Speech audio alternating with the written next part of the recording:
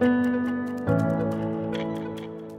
my name is Tracy Sinclair, and welcome to Coaching in Conversation, the Mastery Series.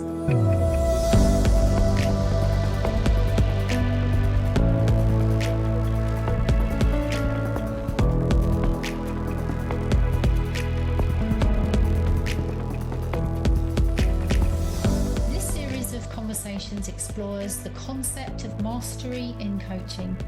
And I have the great pleasure of talking with several ICF Master Certified coaches from around the world to understand what mastery really means to them, both as coaching practitioners and also as human beings. We explore many different perspectives and nuances of this topic, and I hope it is of use and interest to you as you continue to navigate your own pathway of development.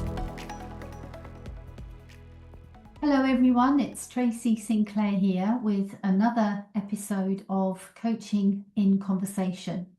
This episode is part of our Mastery series, and I have the great pleasure of talking with Dr. Elizabeth Crosse, who is a Master Certified Coach with the ICF. She's also a supervisor and a research practitioner with a very deep interest into how coaches develop their expertise over time.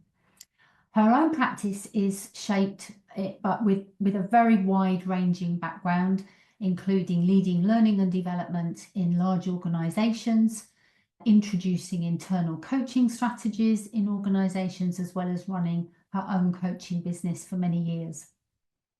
Having navigated dyslexia and dyspraxia herself throughout her life, Elizabeth brings a lot of compassion and curiosity and clarity to her work.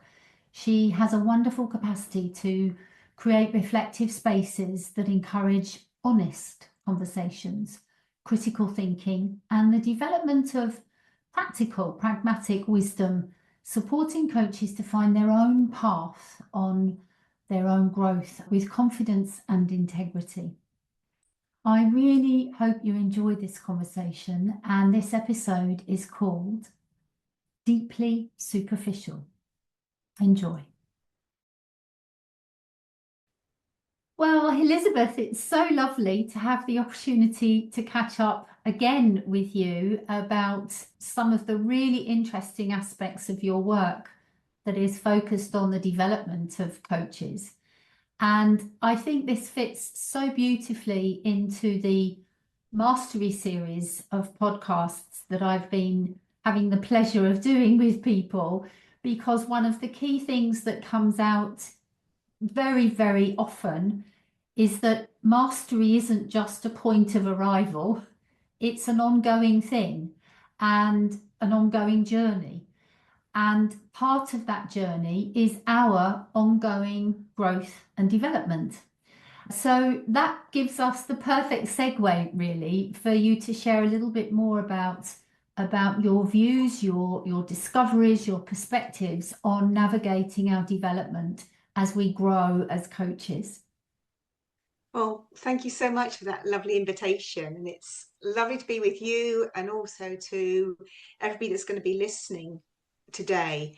And I think I always say this, that all that I offer is just one way of looking at things to provoke your own questioning and thought. So what I hope for people listening to this is it just starts to get you thinking a little bit more. It's not about necessarily going, this is right or this is wrong.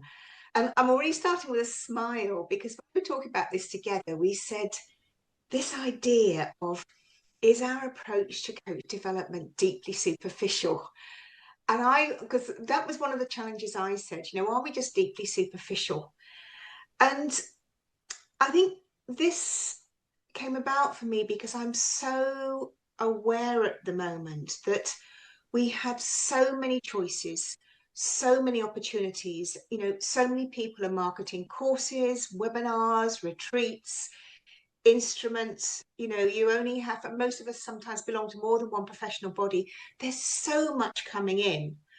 And how do we start to navigate all of this and perhaps make a little bit more of an informed choice?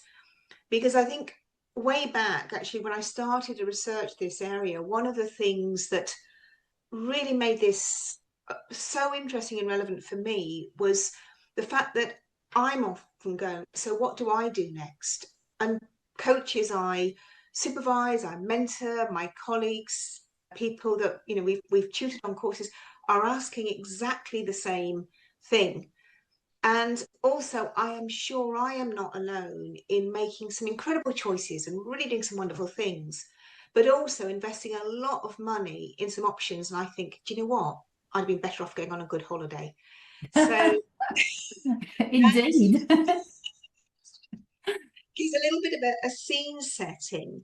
This is not just a feeling. Again, there's sort of been, even about a decade ago, start to recognise that approaches development is quite often ad hoc at the best. So that's a little bit where, sort of some of perhaps our conversation is going to go this afternoon.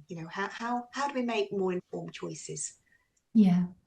Well, first of all, as you know, I really love this term of deeply superficial. It's so beautifully paradoxical and it fits this topic perfectly. And the two things that are really striking me already, Elizabeth, is one, are we being proactive or reactive almost to our learning choices because of the plethora of things that are thrown at us almost, and are available? And also the other one is are we being really intentional, therefore, when we make those choices? So there's just two really, really important themes there. So where would you like us to start with this?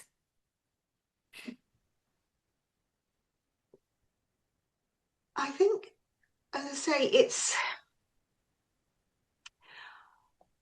I'm wondering if perhaps a good place to start is this idea of being more intentional, because I'm also aware that I'm sitting here feeling a little bit of a hypocrite because I do all of this work and I do stop, and for me it's like the beginning of the year. There's something about beginning of the year, what's next. I do sit and think about, what next for my development, what's important, and start to scope it out.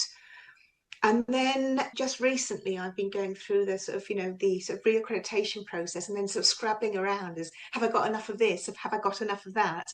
And realize in some ways I've completely lost that intentionality. And it's this reminder to come back to that. And again, I don't think it's just about noticing it, isn't it? It's not about sort of rights or wrong. And some of us are very structured and like to have a plan, and some of us like to be more intuitive and ad hoc. But I think what I am starting to realize is that if we are making a more informed choice, we can better put the client at the center. Because one of the things I think that came out of one of the pieces of research when I was asking coaches about, what was most important, almost unanimously, it was something about, how can I better benefit my clients? So I think we've always almost got that as a guiding principle. And I think it's perhaps reminding ourselves about when we're making these decisions, coming back to thinking about what are our guiding principles. And one of the things that I did was I interviewed 9 very experienced coaches on their developmental journeys because I was curious about, was there anything that we could learn from their decision-making approaches that might help us?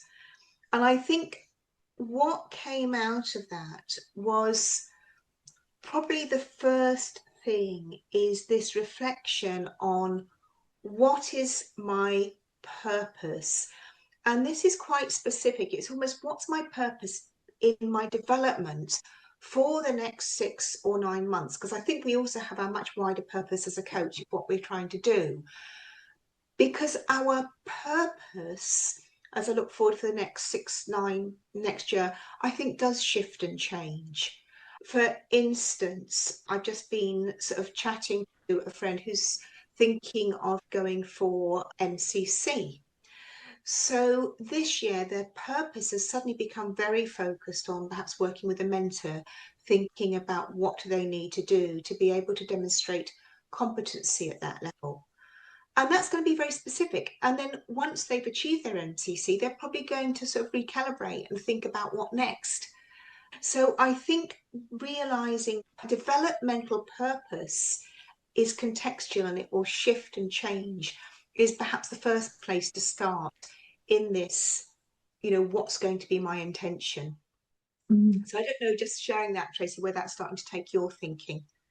Yeah, I really like that, Elizabeth, because where it did immediately take my thinking was the distinction, therefore, between engaging in something that's going to be developmental for me on the basis of my purpose, my developmental purpose at that time, versus just acquiring more knowledge about something. And that for me is part of the danger, is because there are so many, I mean, not learning fads. I don't mean they're fads, because all of these things are interesting and useful and valuable, of course, but there will be waves, won't there, of everyone's going on this kind of training, everyone's going on that kind of training. And it's very easy, isn't it, to get carried away with the pull to think, oh, I better do some of that then. I better train in this. I better get skilled in that. When actually that may just end up with me acquiring a bit more knowledge, but it doesn't necessarily meet my developmental purpose or my developmental needs. Absolutely. And I think, this is something else, coming into this whole idea of choice and being deeply superficial. There's also that saying, a little knowledge is a dangerous thing. And that idea, I mean, I think both you and I, we noticed these trends. Like a few years ago, I think it was of, acceptance, and then it was trauma-informed coaching. And now there's a lot about sort of AI.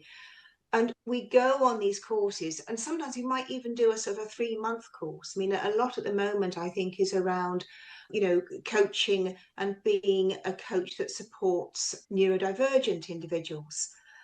And for me, even if you have done something fairly in depth, like a 3 months, it's probably not sufficiently in depth to really, really be working in an area that requires a lot of skills and knowledge. And at the very worst extreme, I was sort of sitting, I was over listening to a conversation in the hairdresser, and the client was saying to the hairdresser to say, I went on this, he's saying, I'm ADHD, and I went on this really good course last weekend, and now I'm setting up as an ADHD coach, and it's scary. It's scary, and that's the very worst extreme.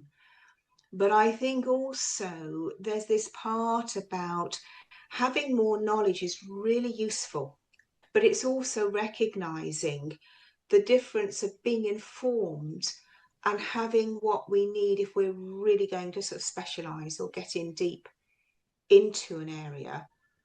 And also, I think there's times, and this comes to the sort of the second part of, once we've thought about our purpose, is thinking about our developmental focus, because there are times in our development when we do want to focus on more knowledge and more skills and more information, and that is really relevant, and that is part of working for me with professional, personal and ethical integrity. And then there's also times when perhaps we want to focus more about on how we are being, and they're not necessarily mutually exclusive, but again, it's thinking about whereabouts do I want to focus my time, my effort, my money right now with that. So we're probably sort of weaving around a little bit, and I don't know sort of where my thoughts are taking you. Mm-hmm. Well, I was just thinking, as you were sharing that, I was just thinking, I don't know, take the example that you said earlier about the coach that's now considering going for their MCC. If I think about if I'm in that position and I'm reflecting on that, and I think about what's my developmental purpose therefore and my developmental need, it may or may not actually be a training program at all that I need to go on. Perhaps it's something that is more some personal work that I need to do with my own coach or my supervisor around growing my capacity for challenge or my capacity to handle emotion or uncertainty or whatever it might be, which aren't necessarily courses. So that's the other, I mean, it might sound obvious in a way, but I think so often we think about development as ticking off the boxes of this course and that certificate and that qualification, when actually that's only a small part of development.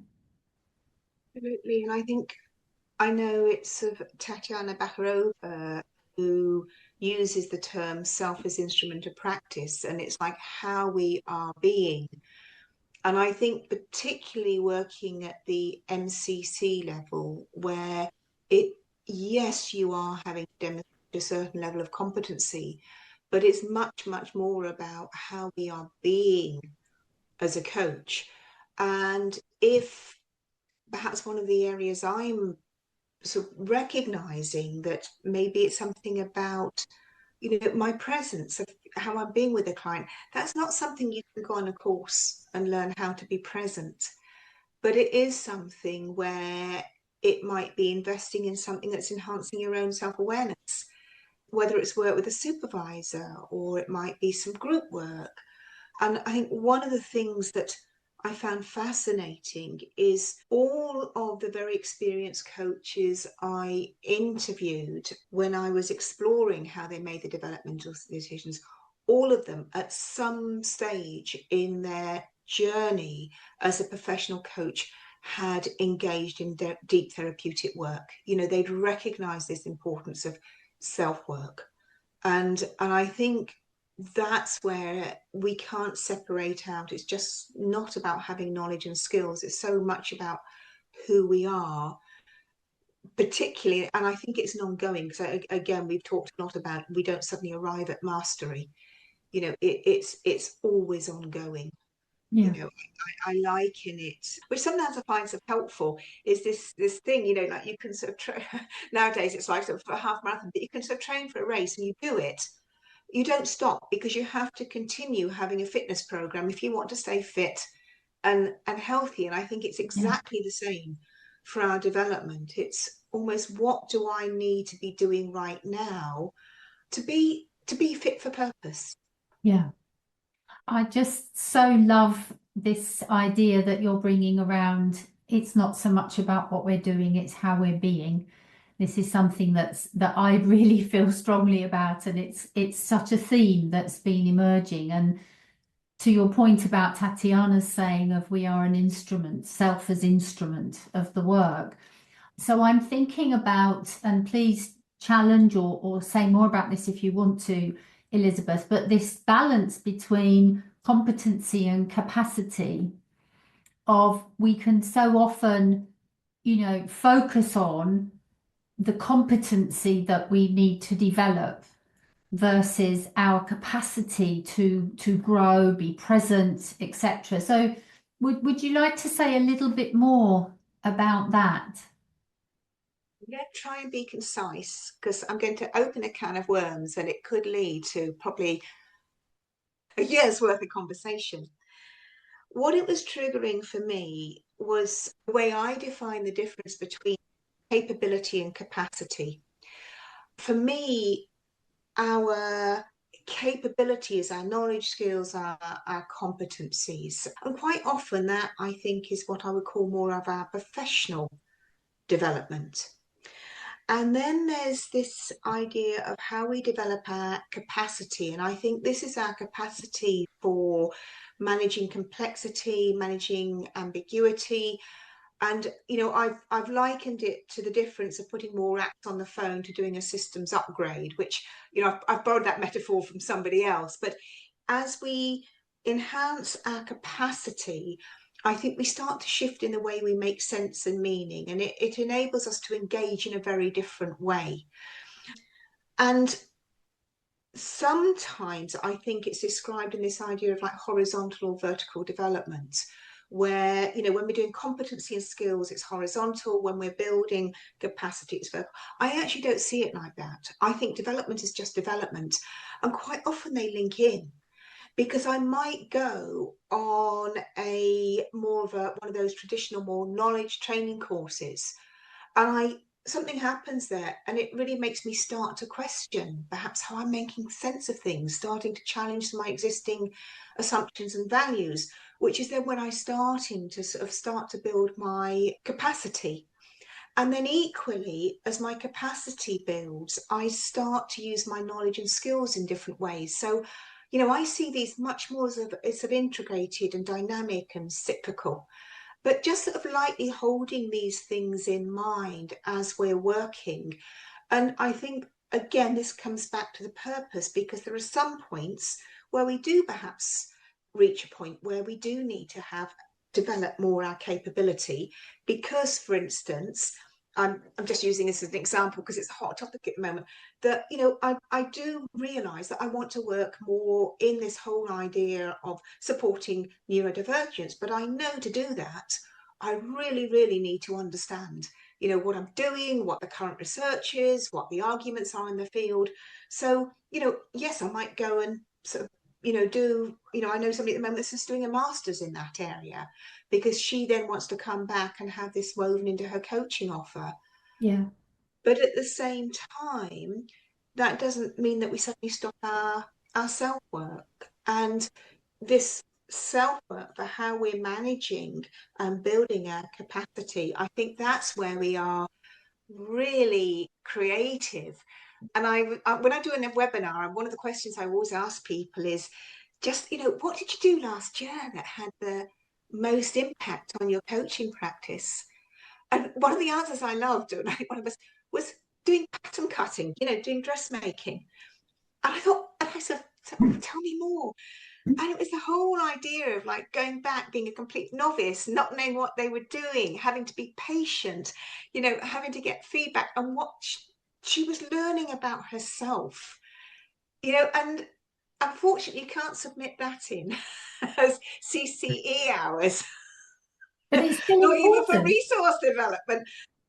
But you know, those sorts of things, and I think just knowing that and Yeah. embracing that, you know, a lot of what we do, it's not necessarily going to tick boxes, but it's what our souls need.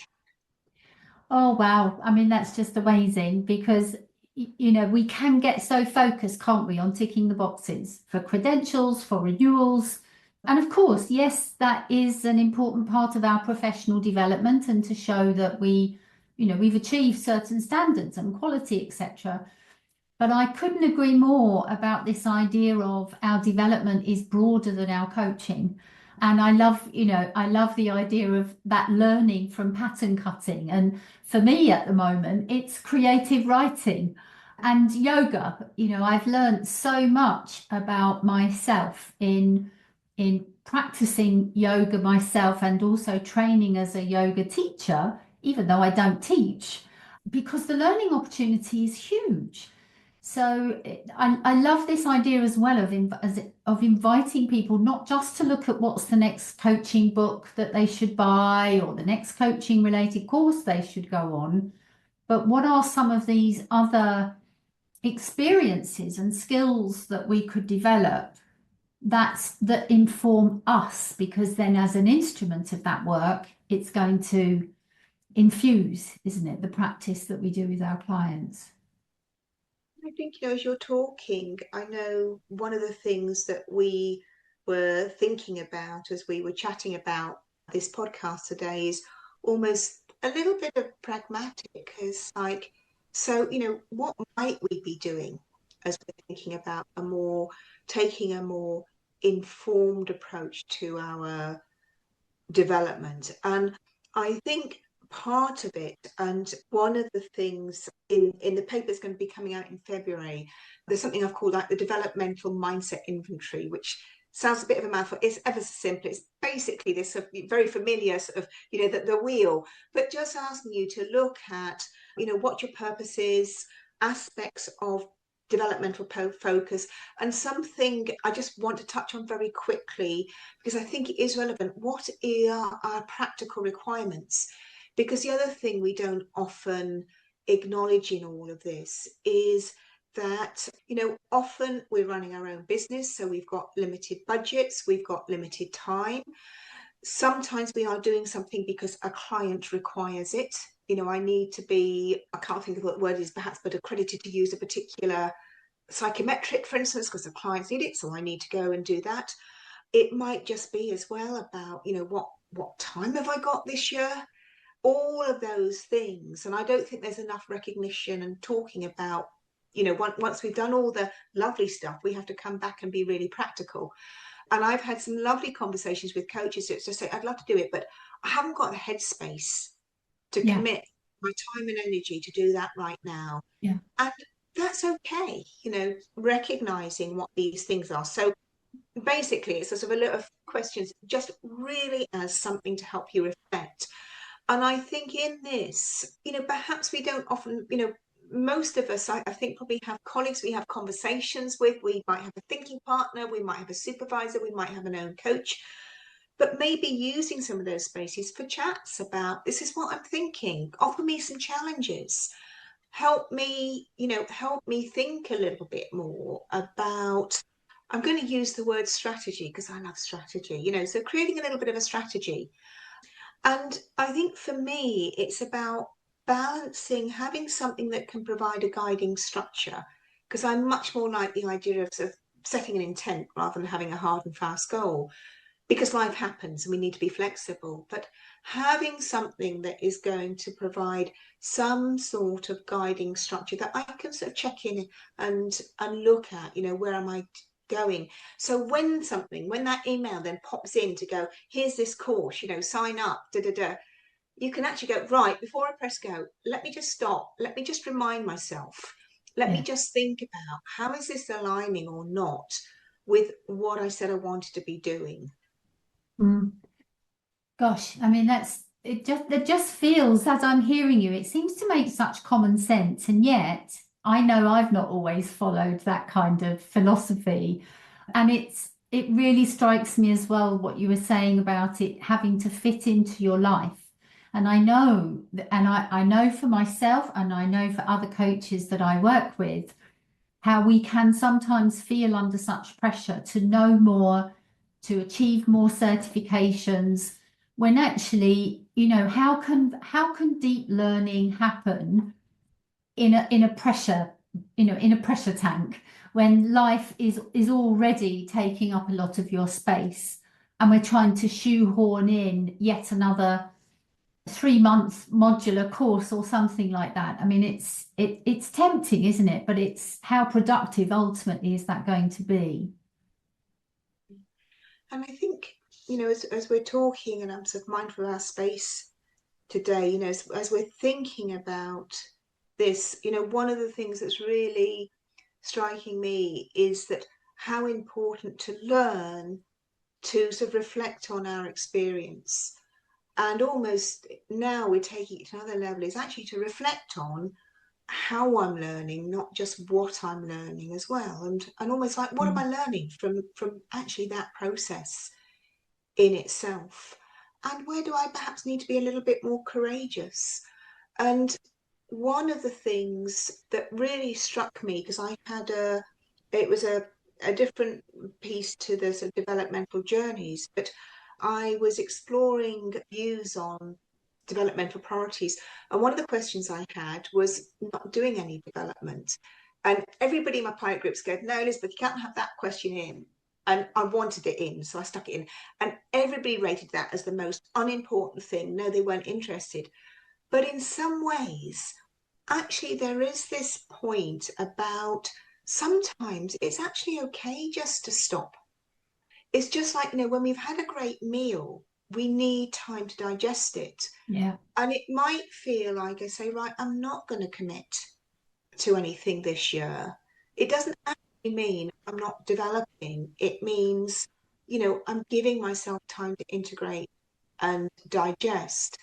I haven't stuck to it 100%, but one of the challenges I gave myself this year was not to sign up for another course. And if I do any webinars, I would be there and I would be present, but I wouldn't make notes. But what I wanted to do was to create time to read some of those books that have been sitting on my bookshelf, to actually read, to reflect on those books, to make notes, to get back to mind mapping and create the space. And that's what I wanted to be doing, just as just, to sort of feel for a year. So from the outside, it might look like I'm not doing much. And, it's another thought, I think. Again, it comes back to the being, doesn't it? It does. Gosh, I mean, that really, really resonates with me, Elizabeth. And I'm thinking, as well as your digesting after a lovely meal metaphor, what immediately came to my mind was crop rotation and how we have to leave a field fallow to enrich it for it to be sown and provide a harvest again. So there is a cycle to this, isn't there? Our development is cyclical and it's going to take different shapes and forms based on all of the different things that you've shared. So, well, I am mindful of our time as ever. It just flies by. I've so enjoyed thinking about this. It's already, I'm really already thinking I need to write my development strategy now for 2026. But if any of our listeners are interested in finding out more about your work that's going to come out in February, finding out more about your developmental mindset inventory, where could they contact you? What would you like people to do to find out more? We can put my email on the notes. Send me an email. It's literally just a one-page sort of thing to get you thinking. I'm quite happy. I'll send that off to you. And then on my LinkedIn, when the article is published in February, I'll do a LinkedIn post to say, the article with more of the details has been published then as well. Marvelous. Well, we will look out for that most certainly. And who knows, when it comes out, maybe you and I should catch up and have another conversation based on some of the things coming out of that as well. So, but for now, thank you so much, Elizabeth.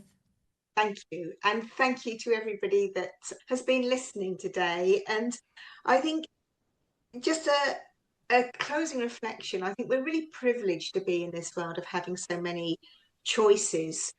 And actually, the invitation is that we're just more thoughtful when we are making those choices. Yes, yes. Wonderful. So we have deep development, not superficial development. That's lovely. What a lovely note to end on. Thank you, Elizabeth. Thank you. You have been listening to Coaching in Conversation, the Mastery Series, a podcast that takes a look at mastery in coaching, what it is, what that means, how do we nurture or cultivate it, and many other interesting questions. You can hear more about coaching education and development at tracysinclair.com and follow us on social media. If you enjoyed this episode, please leave a rating and a review, and also share it with your network to help us expand our reach.